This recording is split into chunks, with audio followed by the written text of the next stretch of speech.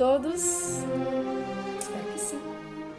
Vamos então continuar estudando a doutrina espírita. Vamos lá.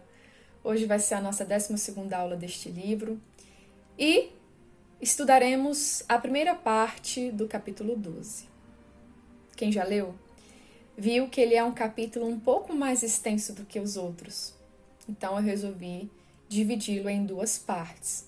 Para não ficar uma aula muito extensa, muito cansativa, para vocês não enjoarem do meu rosto, da minha voz. Então a gente começa o capítulo 12 hoje e semana que vem a gente conclui. Tá certo? Combinados? Vamos lá então. Capítulo 12, aprofundando experiências. Antes da gente entrar nessa história, a história do capítulo 12, vocês vão se lembrar que na semana passada eu falei que havia sido publicada uma errata a respeito deste livro. E entre as coisas que mudaram, né, de acordo com essa errata, esse nosso capítulo é bem afetado. Isso porque, quando a gente pega o livro, né, e abre nesse capítulo 12, a história vai girar em torno do Gracindo. Vai estar escrito no livro Gracindo. Mas depois dessa errata, a gente vai ver que, na verdade, se trata do Gumersindo. São personagens bem diferentes, porque o Gracindo, ele é o diretor espiritual daquela instituição espírita do lado de lá. Ele está desencarnado, né, o Gracindo. O Gumersindo está encarnado, ele é frequentador do centro, mas está encarnado. Então são personagens diferentes. No livro, quem estiver lendo o livro vai ver lá Gracindo. Mas, na verdade, né, quando a gente olha a errata, a gente vai ver que é o Gumersindo. A mesma coisa com a Amália e Malvina. Algumas partes do livro, né, vai estar escrito que a Amália vai fazer isso e aquilo, só que, na verdade, é a Malvina. Então, neste capítulo, quando a gente vê Amália, é, na verdade, Malvina. E quando a gente vê Gracindo, é, na verdade, o Gumersindo. Por isso que eu falei que na semana passada essa questão da troca de nomes, né, que me deixava um pouco mais aflita, porque realmente a história ela fica um pouco confusa. Mas depois desse errata, muitas coisas ficaram esclarecidas. Tá certo? Então, já dei essas explicações, vamos lá para a nossa história. Quem é o Gumersindo? O Gumersindo, ele era um dedicado servidor do centro e ele dedicava muito tempo da sua vida lá. Ele fazia várias atividades, auxiliava como ele podia. Só que ele estava tendo problemas na família. A sua esposa, né, a dona Clementina, ela estava passando por uma grave obsessão. E à frente dessa obsessão que ela vivia, estava um dos espíritos que se denominavam justiceiros. Nós estudamos sobre eles numa aula anterior. Era um grupo de espíritos que queriam causar desordem, perseguiam espíritas, entre outros, né? Então, era um desses justiceiros que estava ali obsediando. Então, ela estava muito ligada mentalmente a eles e causava vários distúrbios dentro de casa. Esse casal tinha 3 filhos e esses filhos eram muito influenciáveis pela mãe, né? Eles sempre concordavam com a mãe e ela estava bem desequilibrada. Numa situação, por exemplo, quando eles eram mais novos, né, os filhos, o Gumersindo queria que eles participassem da evangelização infantil no centro. E a Clementina não quis, disse que ela acreditava em outra religião e não ia forçar eles a nada. E aí não colocar as crianças na evangelização. Então eles estavam tendo atritos já tinha algum tempo. Porém, naquele momento a coisa tinha piorado, porque ela foi tomada de um ciúmes, né, incontrolável. O Gumersindo, como eu falei, ele já estava com algumas dificuldades no casamento, alguns atritos. E por ser um bom trabalhador, ele era muito auxiliado pelos benfeitores espirituais, que se comunicavam através da Malvina, médium daquele centro. Então, estavam sempre em contato, né, o Gumersindo e a Malvina, como trabalhadores e amigos, né, do centro. E a dona Clementina, que estava altamente influenciada, viu ali alguma maldade. E passou a acusar o Gumersindo de estar sendo infiel no casamento, tendo um caso com a Malvina. Ela criou toda uma história, toda uma situação na cabeça dela, influenciada pelos obsessores. E isso causou, assim, um desequilíbrio muito grande no lar, ainda maior. Né? Era o ápice, assim, das discussões que eles estavam tendo. E ela ia além, a dona Clementina. Ela falou que ia no centro desmascarar eles dois para todo mundo. Que ia falar que eles dois estavam tendo um caso. Isso deixava o Gumersindo muito aflito. Porque vocês imaginem uma situação dessa, né? Ir lá no centro, falar essas coisas. Ele que era somente amigo da Malvina, então ele ficou muito aflito. Né? Com medo da esposa realmente ir adiante com esse plano dela. E ele percebeu que o único recurso que ele tinha era se entregar para a oração, para o evangelho, para ver se aquele tormento passava. Na época que essa história está acontecendo, nós já estávamos em quarentena. Porém, o Gumersindo ele continuava indo no centro, com os cuidados necessários, para realizar algumas tarefas que seriam transmitidas virtualmente. Em alguns centros tem funcionado dessa forma. Né? As palestras, os cursos são gravados dentro do centro, né, e transmitidos virtualmente. Outros centros fazem a opção de fazer isso de suas próprias casas. Eu, por exemplo, estou dando o curso, né, da minha casa. Mas lá no centro do Gumersindo funcionava assim. Então ele estava indo ainda ao centro. Né? E ele estava com medo da esposa um dia aparecer lá e fazer todo esse escândalo.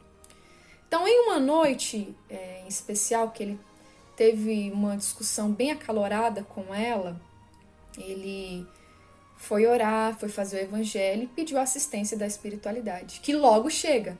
A equipe de Miranda logo foi para lá e percebeu que realmente tinha alguns obsessores ali bem próximo da Clementina, tentando, né, fazer com que ela partisse, inclusive, para agressões físicas.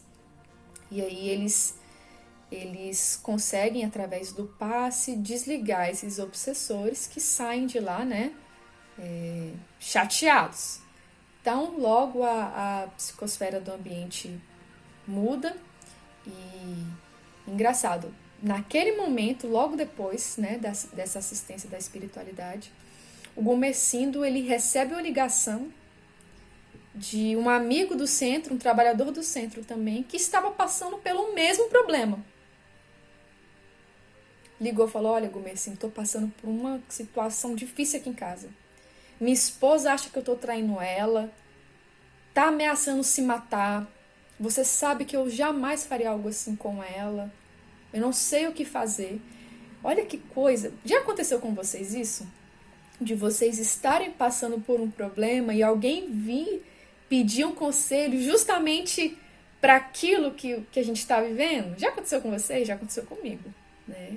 Pra gente ver aí como a gente é provado. E o Gumersindo, o que ele recomenda pro seu amigo? O que ele estava fazendo?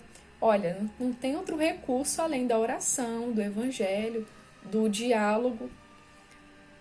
E aí esse amigo dele tenta fazer isso, né? Tenta orar. E aí a equipe de Miranda vai até a casa desse outro trabalhador. Como a gente é atendido nas nossas preces. Não tem prece sincera que fica sem a assistência da espiritualidade. Que ferramenta que nós temos? Acho que a gente nem consegue ter a dimensão dessa ferramenta. Então, esse amigo do Gumersindo ora, a espiritualidade corre para a casa dele. Chegando lá, eles veem que também tem obsessores, né? Também são os justiceiros. E o que admira Miranda é que esses justiceiros não tinham passado com essas vítimas. Eles perturbavam apenas porque esses estavam buscando seu melhoramento. Isso já era um incômodo para eles. Então, esse casal de amigos, esse casal que era amigo do Gumersindo, estavam sendo obsediados por justiceiros que não tinham passado com eles. Ah, você me fez mal no passado. Não era o caso desse casal em especial. O Gumersindo e a Clementina, sim, tinham passado com o justiceiro que estava à frente da obsessão que eles estavam vivendo.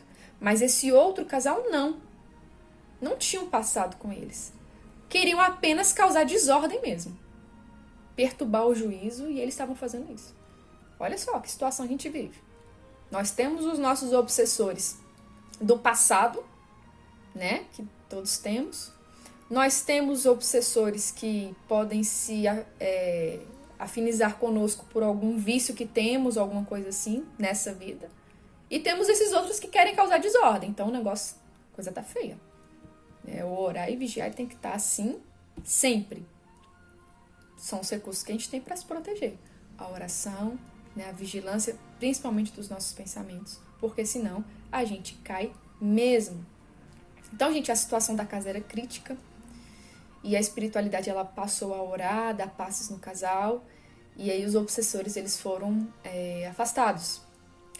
E aí o ambiente se modifica. O casal, né, a mulher percebe o que ela tinha feito, né, de mal, né, as acusações, ela pede desculpa, eles se abraçam, e aí, né, a paz começa a reinar. A espiritualidade até providencia que alguns espíritos fiquem lá de vigília para que não deixassem esses obsessores voltarem. Né? E assim, eles saem de lá, e no dia seguinte iria acontecer um trabalho mediúnico do lado espiritual, né? Então, Miranda e os demais começaram a preparar tudo.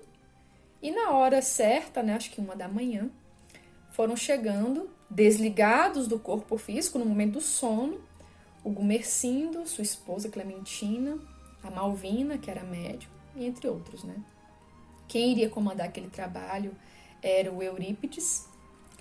E ele faz uma oração muito comovido, e depois de um tempo começam a chegar os obsessores. Chegam fazendo algazarras, chegam ali chateados porque não queriam estar ali, né? Cadê o livre-arbítrio? E entre esses obsessores, um chama a atenção do Miranda, que tinha nanismo, né? Era um anão, e ele trazia muito ódio no seu semblante. Então ele vem, se aproxima da Malvina para dar a comunicação, né? Aquela energia anímica que o médium encarnado tem é benéfica para os espíritos. Então é por isso que acontecia, né, essa comunicação. Então ele se aproxima e a comunicação ela começa. Ele, né, muito chateado porque estava lá e cadê o livre-arbítrio? E o Eurípides explica que aquele era um diálogo para tentar esclarecer algumas questões. Porque ele estava lá alegando de livre-arbítrio, porém estava influenciando o casal Gumersindo e Clementina, atrapalhando as suas questões dentro do lar. E ele vai nos dizer que esse ódio, né, ele vai explicar o porquê de sentir tanto ódio. Não era daquela época. No caso do Gumersindo e da Clementina, essa obsessão remontava ao passado. E tudo começa aonde? Adivinha? Adivinha que período que começou esse ódio? Lá na Inquisição Espanhola. Gente, já é o 3º livro do Manuel que eu vejo sobre isso. Os espíritas estão intimamente vinculados à Inquisição. A gente viu isso em Perturbações Espirituais, tá aqui no canal. Vimos isso em Transição Planetária, que também tá aqui. E vimos agora nesse aí, no Rumo do Mundo de Regeneração. Sempre, sempre, sempre. Já está bem claro que nós espíritas tivemos um papel muito ativo na Inquisição, na perseguição de muçulmanos, judeus, entre outros. Temos um grande débito com isso, gente. Isso está bem claro para mim. Os outros livros já traziam isso. Vão trazer até com maiores detalhes do que esse aqui. Principalmente o Perturbações Espirituais. De como nós estávamos ali à frente das perseguições na época da Inquisição. Matando em nome do Cristo. Né? Olha que coisa triste. Por isso que nós temos aí, né, que trabalhar o tanto que a gente conseguir para poder quitar um pouquinho desses débitos. Bom, então aquele obsessor, que era um anão, ele vai contar um pouquinho do que aconteceu na história dele.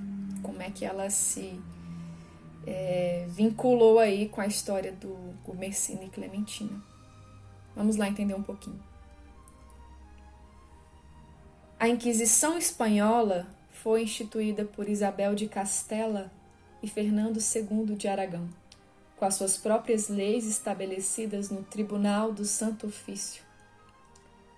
Tinham como objetivo essencial as questões religiosas, porém, as superstições e ignorância do povo alargaram a sua chama devoradora e quaisquer situações que lhe pareciam heréticas ou demoníacas, quando não resultantes de feitiçaria. Entre esses itens, surgiram formas de perseguição cruel a ciganos, anões, portadores de demônios ou aos próprios demônios assim nascidos. Então, aquele obsessor, junto com um outro grupo de anões, viviam sempre se escondendo. Eles eram judeus, mas tiveram que renegar a sua religião para tentar sobreviver naquela época de Inquisição. Na época, quem reinava era o Carlos II, e havia um casal de nobres muito próximos do Carlos que se compraziam em agradá-lo, apontando judeus e muçulmanos para o massacre. Esse aqui é judeu, vamos matá-lo, para agradar o rei. E quem era esse casal? Adivinhem? Gumersindo e Clementina. Era esse casal que gostava ali de perseguir muçulmanos, judeus e tudo mais.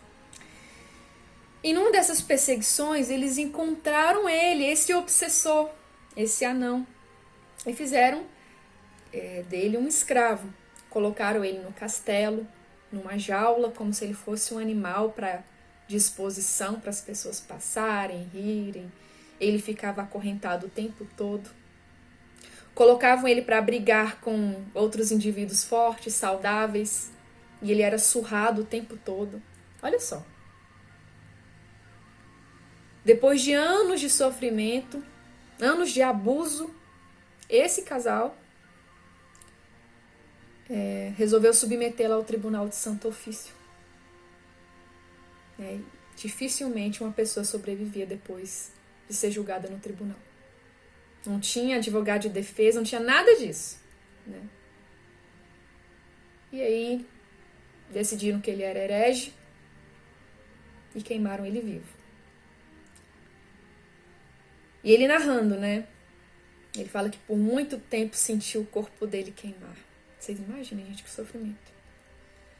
Até que um dia ele foi resgatado por um grupo de justiceiros que eram contra Jesus, contra seus seguidores, e prometeram ajudá-lo na sua vingança. E ele aguardou pacientemente. O ódio, a chama do ódio cada vez mais forte. Até que um dia ele foi atraído pelo magnetismo do casal. E olha só, ele falou, eles pareciam diferentes, mas eram eles. Porque o corpo havia mudado. Mas o espírito não muda, não. Nós somos sempre nós. E eles já estavam ali na roupagem de Gumersindo e Clementina. Aquela ali não tinha sido a próxima encarnação deles. Eles eram aquele casal de inquisidores e depois se encarnaram como Gumersindo e Clementina. Não foi assim. Eles tiveram outras encarnações nesse período, Muito provavelmente encarnações de muito resgate pelo mal que eles tinham feito. Só que naquela ali, como espíritas, com o Gumersindo espírita, a esposa não, que aquele obsessor tinha conseguido encontrá-los. Às vezes demora para os nossos obsessores nos acharem, mas eles acham. E aí ele passou a obsediá-los para começar a vingança e tinha encontrado mais facilidade na esposa. Ela estava sendo um canal mais aberto. E, gente, isso tudo sendo acompanhado pelo casal, hein? Eles estavam lá sentados à mesa escutando tudo. Algumas vezes até conseguindo se lembrar de alguns fatos desse passado. Então, o relato daquele obsessor deixou todo mundo muito comovido. Como nós somos cruéis. Como nós temos um passado aí para espiar, gente. Todos nós. Ninguém escapa. Ninguém. E o Eurípides, que estava ali no comando daquela doutrinação, ele vai dizer o seguinte, olhem só. Somente Deus sabe as razões do seu sofrimento naquela ocasião. Há uma causa anterior que lhe trouxe como consequência das dores da forma humana e padecimentos propostos pela ignorância das criaturas naquela época, há mais de 300 anos. Teve um motivo dele ter passado por aquilo. Porque, gente, não existe injustiça divina. Nós não somos os justiceiros. Não cabe a nós, com as nossas mãos, fazer justiça. De forma alguma. Né? A justiça, ela vem de Deus. Mas não existem injustiças. Quando a gente passa por uma situação, a gente precisa passar. A gente precisa tirar um aprendizado daquilo. Né? A gente precisa crescer de alguma forma. Então, tinha uma razão para ele ter sofrido o que ele sofreu. E ele sofreria de todo jeito, sem precisar da influência ali daquele casal naquela época. Ninguém vem com a missão de fazer o mal. Né? Então, para aquele casal, Gumersindo e a Clementina, né, naquela época, foi só mais um débito, mais uma complicação, mais um resgate. Mas aquele irmão deveria sofrer naquela vida. Por quê? O que ele tinha feito no passado para estar passando por aquilo, naquela época da Inquisição? Saberemos na próxima aula. Ficamos por aqui no capítulo 12 e semana que vem a gente descobre as razões por trás daquele sofrimento. Combinados? Nos encontramos então semana que vem, com a permissão de Deus. Um beijo, até lá.